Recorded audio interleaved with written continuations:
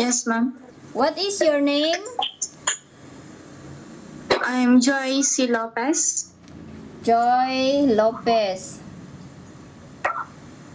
What is your marital status? Single, ma'am. No children? Or have children? None. No children, ah. So how old are you? Yes. Ma'am? How old are you?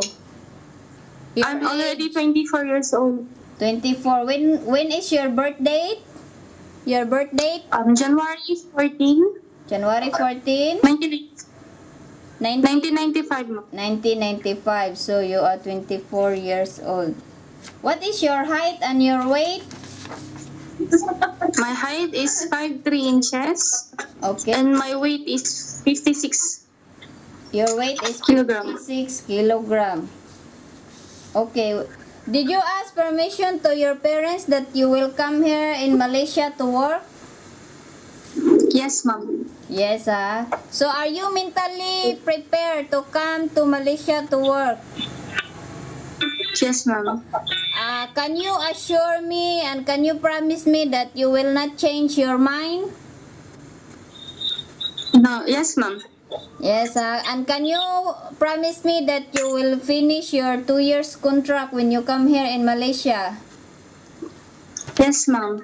Okay, I want to show you some letter. Can you read this 3 letter?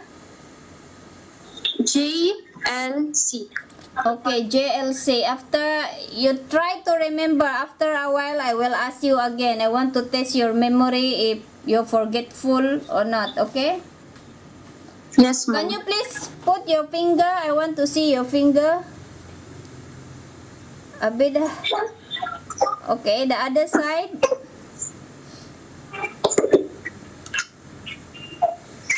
Okay, okay. What is your educational level? High school graduate, ma'am. How many years in high school? 4 years, ma'am. So you finish your high school, ah? Yes, ma'am. So why you choose to Malaysia to work? Because I choose Malaysia because I know this is a nice country and people are so kind and good. Oh yeah, the people, the employer here are kind and good, and Malaysia is a nice country. So Yes, ma'am. you are single. Do you have a boyfriend there in Philippines? None, ma'am. No, ah. Here we have 3 kinds of employer. Got Indian, Chinese, and Malay. Can you work with any nationality? Yes, ma'am. No problem, ah. You can work any nationality, ah. Yes, ma'am. Can you tell me about your working experience as a domestic helper? I experienced 2 years 2 years. in Where? being domestic in here at Philippines. Do you have experience overseas? None, ma'am. No. So your experience is in Philippines. Where in Philippines? Isabela province, ma'am. In Isabela for 2 years. From what year to what year? From 2014 to 2016. 2014 to 2016. Okay. Your employer are Filipino or other nationality? A Filipino, ma'am. Oh, your employer is Filipino. Okay. You work in Philippines in Isabela for 2 years. What was your job working there? Carry or take care of children, ma'am. You take care. How old is the children? The 5 years old children, ma'am. 5 years old and The other one is taken care by other. how many housemaid are there? There are 2. 2 housemaids. So got 2 kids. So 1 housemaid take care each 1 kids. Is it? Yes, ma'am. So you take care the which one? The oldest or the youngest? The oldest, ma'am. How old is the oldest? 5 years old, ma'am. 5 years old. So, how you take care this 5 years old kid? Taking her bath and Okay. bring her to the school. Shower her and bring, oh, you bring her to school. Yes, ma'am. And then after, what else? What else? And after her school, I get her. Oh, after the school, you go and pick up her again and bring home. Yes. So, are you the one who feed her or and cook for Yes, her? ma'am. The one. I am the one, ma'am, Okay, to feed her. you feed her. So, do you teach her about her lesson? Do you do tutor? Did you tutor her? I tutor her, mom, a little bit if I know the subjects. Oh, you tutor her if you know the subject, okay. But mostly the tutor is the mother or the father. Yes. Okay. So if we find you an employer look after kid, it's the same job. You feed her, cook for her, change her clothing, shower for her, bring her to school, and wait her there in the school. After the finish the school, you bring her home. Do you think you can do the job? Yes, ma'am, I can do. You can do, because you have the experience for 2 years, Yes, ma'am.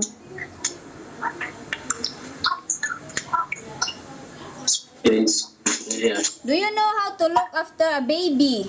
A sanggol, a baby? Not yet, ma'am. No, because you're still single, you know, experience. So your experience only for the kids or children. Yes, ma'am. Okay. How about old folks? Do you have experience? Not yet, ma'am. No, but are you willing to learn on how to take care of old folks? Yes, ma'am. It's the I'm same. willing, ma'am. It's the same. If you take care the old folks, it's almost the same. But if you take care the old people, you must to have a long patience. Because Yes, ma'am. some old people they might scold you if you do a bit mistake, something like that. With old people, they are very easy to get angry. And it's the same. You shower for her, change her clothing. If she is a bit ridden, you put pampers for her. You assist her when Yes. she walk, bring her go outside to breathe the fresh air. Do you think you can do the job? Look after old people? I can do the job, ma'am, but it is of training so that I can do much better. Yeah, the employer will teach you on the first few days on how to take care. Because some employer here, they need somebody to look after their mother. Their mother, Yes, ma'am. their mother still can walk but a bit weak, so they need somebody to assist the mother. Do you think you can do the job? Yes, ma'am. You can, Which one you prefer? Look after children or look after old people? Based on mine, ma'am, is to look after children. Oh, look after children. Because your experience is look after children, right? Yes, ma'am. Okay. Do you know if how long is your contract here in Malaysia? It's a 2 years contract, ma'am. Yeah, 2 years. Can you promise me that you will finish your 2 years contract and don't give any problem when you are here? Yes, ma'am. Yes. If you're happy to work here and your employer happy with you, are you willing to extend for more than 2 years? Yes, ma'am. Yes, willing. So, are you willing to work any nationality? Because here got 3 types of employer, Indian, Chinese, and Malay. Are you Yes, ma'am. Are you willing to work any nationality? Yes, ma'am. Yes, okay, very good. Here, when you come here in Malaysia, will you bring your handphone or your cell phone? Yes, ma'am. If it is okay, Yes, you then can. so that I will contact my family. Yeah, you can bring your handphone to contact your family there in Philippines, but Yes. strictly not allowed to use the handphone during working time. Are you agree on that? Yes, ma'am. You can use your I'll finish handphone. first my work Yeah, you finish before your I work first. You can use your handphone after work, maybe at night. But don't use too Yes, long. ma'am. After you don't have enough sleep, you cannot work on the next day. Are you clear on that? Yes. Clear, ma'am. Clear, ah? And when you come here, you got a once a week rest. But some employer, they Okay. are very busy and they ask you to work on your off days, but they will pay you. Are you okay on that? Okay, ma'am. Okay, ah. And when you are new here, you cannot go outside during your off day. You take rest in your room, in the house of your employer. You build up the trust Yes. first. If your employer trusts you, then everything will be okay. Are you clear Yes, on that? ma'am. Yes, ma'am. So, you clear about your off days and the handphone, ah? Yes, ma'am. See, here some employer, they have a pets in the house. Maybe a small dog or a cat. Do you mind to look after the pets? Feed the Yes, pets ma'am. and shower the pets. Yes, ma'am. Yes, do you know how to do hand washing? Yes, ma'am. But here I use a washing machine. Yeah, but when you come here, some employer, some of their clothing are very expensive and they ask you to wash by hand. So do you know hand washing? I know, ma'am. You know, ah? Do you know how to do housekeeping, like mopping, sweeping, wipe the tables? Do you know all that? Yes, ma'am. I know. You know, because you work for 2 years as a domestic helper. Do you like cooking? Yes, ma'am. Do you like cooking? Yes, ma'am. Do you Philip. do you know how to cook? Yes, ma'am. What food you know how to cook? Mostly Filipino foods. Okay, Philippine food. So can you name me at least 3 Philippine food that you know how to cook? Adobo, Okay, adobo, tinola, what else? and sinigang. Oh, sinigang. You know how to cook this, huh? Adobo, tinola. Yes, ma'am. Are you willing to obey the rules and follow instruction of the employer? Ma'am? Are you willing to obey rules and follow the instruction of your employer? Yes, ma'am. Yeah, must to follow the instruction and obey the rules and regulation of your employer, huh? Yes, ma'am. Do you have any friends or relatives here in Malaysia? None, ma'am. No, So can you promise me not to bring any friend or relatives in your employer house? Yes, ma'am. I promise. Yeah, promise, you cannot bring anybody in your employer house, Are you afraid to Yes. be alone in the house because some employer, they go to work and the children go to school and you alone in the house do your work? Are you afraid to be alone in the house? None, ma'am. No, But if you are alone, you must to do your work honestly. Even the employer not around, you must to do your household work, okay? Yes, ma'am. Can you eat vegetarian food? Yes, ma'am. Yes, vegetarian is a vegetable. Yes. Do you know how to use electrical appliances like vacuum cleaner, microwave oven, rice cooker? Yes, ma'am. Yes, because you have experience. But if you don't know how to operate or how to use, you just ask your mom and then the mom will teach you. Yes, ma'am. Are you afraid of the height? Let's say the employer asks you to clean the ceiling fan or the window and you use the small ladle or a chair to clean. Are you afraid of the height? The height of the house. No, the height, like example, the ladle or a small chair, you need to You need to No, ma'am. No. know, So I want you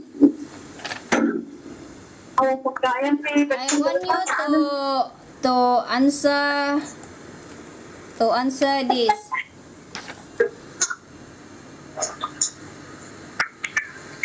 29.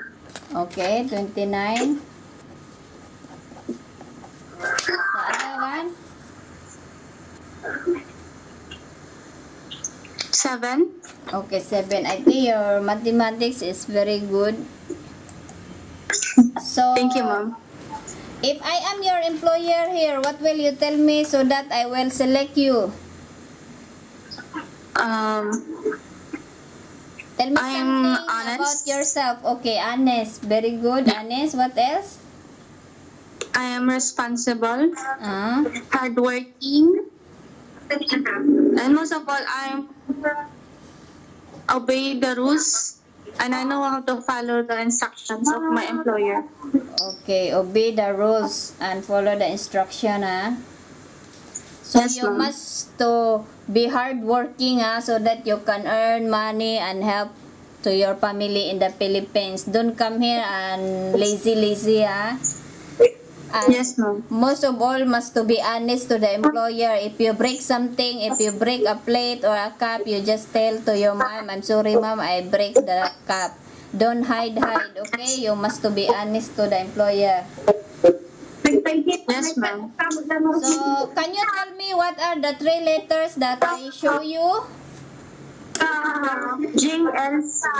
Yeah, JLC. I think your memory is good. You still remember JLC. Okay, Joy, do you have any question?